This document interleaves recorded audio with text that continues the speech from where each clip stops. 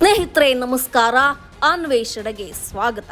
ರೇಣುಕಾಸ್ವಾಮಿ ಪ್ರಕರಣದಲ್ಲಿ ನಟ ದರ್ಶನ್ ಕಾನೂನು ಸಂಕಷ್ಟ ಅನುಭವಿಸುತ್ತಿರೋದು ಎಲ್ರಿಗೂ ಗೊತ್ತು.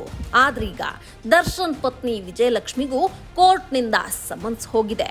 ಅಷ್ಟೇ ಅಲ್ಲ, ಆ ಒಂದು ಪ್ರಕರಣದಲ್ಲಿ ವಿಜಯಲಕ್ಷ್ಮಿಗೂ ಸಂಕಷ್ಟ ಎದುರಾಗುವ ಎಲ್ಲ ಸಾಧ್ಯತೆಗಳಿವೆ ಎನ್ನುವ ಚರ್ಚೆ ಶುರುವಾಗಿದೆ. ಇಷ್ಟಕ್ಕೂ ದರ್ಶನ್ ಪತ್ನಿ ವಿಜಯಲಕ್ಷ್ಮಿಗೆ ಕಾನೂನು ಸಂಕಷ್ಟ ಎದುರಾಗಿರೋದೇಕೆ ಅಂತ ನೋಡೋಕ್ಕೂ ಮುನ್ನ ನಮ್ಮ ಚಾನಲ್ಗೆ ಸಬ್ಸ್ಕ್ರೈಬ್ ಆಗಿ, ನೋಟಿಫಿಕೇಶನ್ಗಾಗಿ ಬೆಲ್ ಐಕಾನ್ ಕ್ಲಿಕ್ ಮಾಡಿ. ಹಾಗೆ ಫೇಸ್ಬುಕ್ನಲ್ಲಿ ಅನ್ವೇಷಣೆ ಪೇಜ್ ಲೈಕ್ ಅಂಡ್ ಫಾಲೋ ಮಾಡೋದು ಮರಿಬೇಡಿ. ಸ್ನೇಹಿತರೆ, ನಟ ದರ್ಶನ್ ಸ್ಟಾರ್ ಹೀರೋ ಮಾತ್ರವಲ್ಲ, ಪ್ರಾಣಿ ಪ್ರಿಯ ಕೂಡ. ಅದಕ್ಕೆ ಮೈಸೂರು ಜಿಲ್ಲೆಯ ಟಿ ನರಸೀಪುರ ತಾಲೂಕಿನ ಕೆಂಪಯ್ಯನ ಹುಂಡಿಯಲ್ಲಿ ದರ್ಶನ್ ಒಂದು ಅದ್ಭುತವಾದ ಫಾರ್ಮ್ ಹೌಸ್ ಮಾಡಿರೋದು ಎಲ್ಲರಿಗೂ ಗೊತ್ತಿದೆ. ಆ ಫಾರ್ಮ್ ಹೌಸ್ನಲ್ಲಿ ಪ್ರಾಣಿ ಪಕ್ಷಿಗಳನ್ನ ಸಾಕುತ್ತಿರೋದು ಕೂಡ ತಿಳಿದಿರೋ ವಿಚಾರನೇ. ಆದ್ರೀಗ ದರ್ಶನ್ ರವರ ಆ ಫಾರ್ಮ್ ಹೌಸ್ನಲ್ಲಿ ಸಾಕಿದ ಆ ಒಂದು ಪಕ್ಷಿಯೇ ವಿಜಯಲಕ್ಷ್ಮಿಗೂ ಸಂಕಷ್ಟ ತಂದೊಡ್ಡಿರೋದು. ಹೌದು ಸ್ನೇಹಿತರೆ, ನಟ ದರ್ಶನ್ಗೆ ಸ್ನೇಹಿತರ್ಯಾರೋ 2 ಬಾತುಕೋಳಿಗಳನ್ನ ತಂದುಕೊಟ್ಟಿದ್ರು. ಅವು ನಮ್ಮಲ್ಲಿರುವಂತಹ ಬಾತುಕೋಳಿಗಳಲ್ಲ. ಮಧ್ಯ ಏಷ್ಯಾದಿಂದ ಸಾವಿರಾರು ಕಿಲೋಮೀಟರ್ ಗುಂಪಾಗಿ ವಲಸೆ ಬರುವ ಬಾತುಕೋಳಿಗಳು. ಆ ಬಾತುಕೋಳಿಗಳನ್ನ ಬಾರ್ ಹೆಡೆಡ್ ಗೋಸ್ ಅಂತ ಕರೆಯುತ್ತಾರೆ. ಇದು ಸಹಜವಾಗಿಯೇ ಮಧ್ಯ ಏಷ್ಯಾದಲ್ಲಿ ಇರುತ್ತವೆ. ಆದರೆ ನವೆಂಬರ್ ವೇಳೆಗೆ ಮಧ್ಯ ಏಷ್ಯಾದಲ್ಲಿ ಮಂಜು ಹೆಚ್ಚಾಗುವ ಕಾರಣ ಆಹಾರಕ್ಕಾಗಿ ಟಿಬೆಟ್, ಲಡಾಖ್ ಸೇರಿದಂತೆ ಬಾಂಗ್ಲಾದೇಶಗಳ ಕಡೆ ವಲಸೆ ಹೋಗುತ್ತೆ. ಹಾಗೆ ವಲಸೆ ಹೋಗುವ ಈ ಬಾರ್ ಹೆಡೆಡ್ ಗೋಸ್ ಬಾತುಕೋಳಿಗಳು ಕಬಿನಿಯ ಪ್ರದೇಶಕ್ಕೂ ಆಹಾರಕ್ಕಾಗಿ ಬರುತ್ತವೆ. ಇನ್ನು ಈ ಜಾತಿಯ ಬಾತುಕೋಳಿಗಳು ಸಸ್ಯಾಹಾರಿಗಳಾಗಿರೋ ಕಾರಣ ಇವು ನವೆಂಬರ್ನಿಂದ ಫೆಬ್ರವರಿವರೆಗೂ ಕಬಿನಿ ಸುತ್ತಮುತ್ತ ಗದ್ದೆಗಳಲ್ಲೇ ನೆಲೆಸಿರುತ್ತವೆ.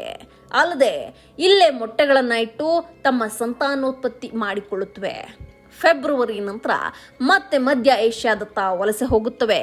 ಈ ಬಾತುಕೋಳಿಗಳು ಎಷ್ಟು ಸೂಕ್ಷ್ಮ ಅಂದ್ರೆ, ಇವಕ್ಕೇನಾದ್ರೂ ಒಮ್ಮೆ ಇಂತಹ ಪ್ರದೇಶದಲ್ಲಿ ಅಪಾಯವಿದೆ ಅಂತ ಗೊತ್ತಾದ್ರೆ ಸಾಕು, ಅವು ಮತ್ತೆ ಆ ಕಡೆ ವಲಸೆ ಹೋಗೋದೇ ಇಲ್ಲ.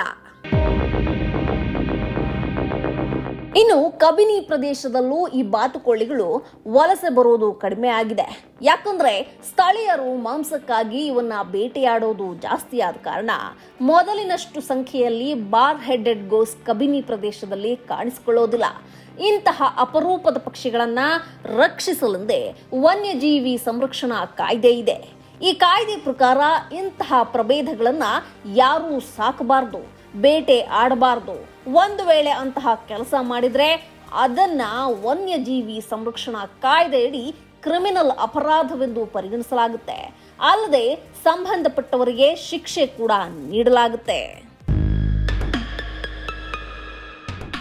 ಸದ್ಯ ದರ್ಶನ್ ನಿರ್ಮಿಸಿರುವ ಫಾರ್ಮ್ ಹೌಸ್ ಇರುವುದು ವಿಜಯಲಕ್ಷ್ಮಿ ಹೆಸರಲ್ಲಿ. ಅಲ್ಲಿ ಈ ಅಪರೂಪದ ಬಾತುಕೋಳಿಗಳನ್ನ ಸಾಕುತ್ತಿರೋದ್ರ ಬಗ್ಗೆ 2 ವರ್ಷಗಳ ಹಿಂದೆಯೇ ಯೂಟ್ಯೂಬ್ ಇಂಟರ್ವ್ಯೂನಲ್ಲಿ ನಟ ದರ್ಶನ್ ತಿಳಿಸಿದ್ರು. ಅದನ್ನ ಗಮನಿಸಿದ ಅರಣ್ಯ ಇಲಾಖೆಯವರು ಕೂಡಲೇ ವನ್ಯಜೀವಿ ಕಾಯ್ದೆಯಡಿ ಪ್ರಕರಣ ದಾಖಲಿಸಿಕೊಂಡಿದ್ರು.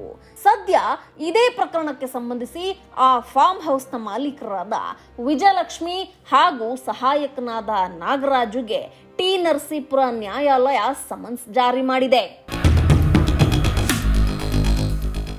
ವಿಜಯಲಕ್ಷ್ಮಿ ಅವರು ಕೋರ್ಟ್ಗೆ ಹಾಜರಾದ ಬಳಿಕ ವಿಚಾರಣೆ ವೇಳೆ ಏನಾಗುತ್ತೆ, ದರ್ಶನ್ ಈಗಾಗಲೇ ಹಲವು ವನ್ಯಜೀವಿಗಳನ್ನ ದತ್ತು ಪಡೆದಿರೋದನ್ನ ಪರಿಗಣಿಸಿ ಆ ಗ್ರೌಂಡ್ಸ್ ಮೇಲೆ ಒಂದು ಎಕ್ಸ್ಕ್ಯೂಸ್ ಕೊಡ್ಲಾಗುತ್ತಾ, ತಿಳಿಯದೆ ಇಂತಹ ಅಚಾತುರ್ಯ ನಡೆದಿರೋದ್ರಿಂದ ವಾರ್ನ್ ಮಾಡಿ ಹಾಗೆ ಬಿಡ್ತಾರಾ ಎನ್ನುವ ಪ್ರಶ್ನೆಗಳು ಕೂಡ ಈ ಪ್ರಕರಣದ ಸುತ್ತ ಹುಟ್ಟಿಕೊಂಡಿವೆ. ಆದರೆ ಒಂದು ಮಾತ್ರ ಸತ್ಯ, ಟೈಗರ್ ಪೆಂಡೆಂಟ್ ಪ್ರಕರಣದಲ್ಲಿ ಯಾವ ರೀತಿ ಆ ಪೆಂಡೆಂಟ್ ಇದ್ದವರ ಬಳಿ ರಿಕವರಿ ಮಾಡಿ ಒಂದು ವಾರ್ನಿಂಗ್ ಕೊಟ್ಟರೋ, ಅದೇ ರೀತಿ ಈ ಪ್ರಕರಣ ಕೂಡ ಆಗುವ ಎಲ್ಲ ಲಕ್ಷಣಗಳಿವೆ. ಯಾಕಂದ್ರೆ ಇದು ಕಾನೂನಿನ ಅರಿವು ಇದ್ದು ಮಾಡಿರೋ ತಪ್ಪಲ್ಲವಾದ್ದರಿಂದ ಒಂದು ಅವಕಾಶ ಸಿಗಬಹುದು ಎನ್ನುವ ನಿರೀಕ್ಷೆ ಇರೋದಂತೂ ಸತ್ಯ. ಈ ಬಗ್ಗೆ ನಿಮ್ಮ ಅನಿಸಿಕೆ ಏನು ಎನ್ನುವ ಬಗ್ಗೆ ಕಮೆಂಟ್ ಮಾಡಿ ತಿಳಿಸಿ. ಮತ್ತೊಂದು ಇಂಟ್ರೆಸ್ಟಿಂಗ್ ಸ್ಟೋರಿ ಜೊತೆ ಆದಷ್ಟು ಬೇಗ ನಿಮ್ಮ ಮುಂದೆ ಬರ್ತೀವಿ. ಅಲ್ಲಿವರೆಗೂ ಕೀಪ್ ವಾಚಿಂಗ್ ಅನ್ವೇಷಣೆ.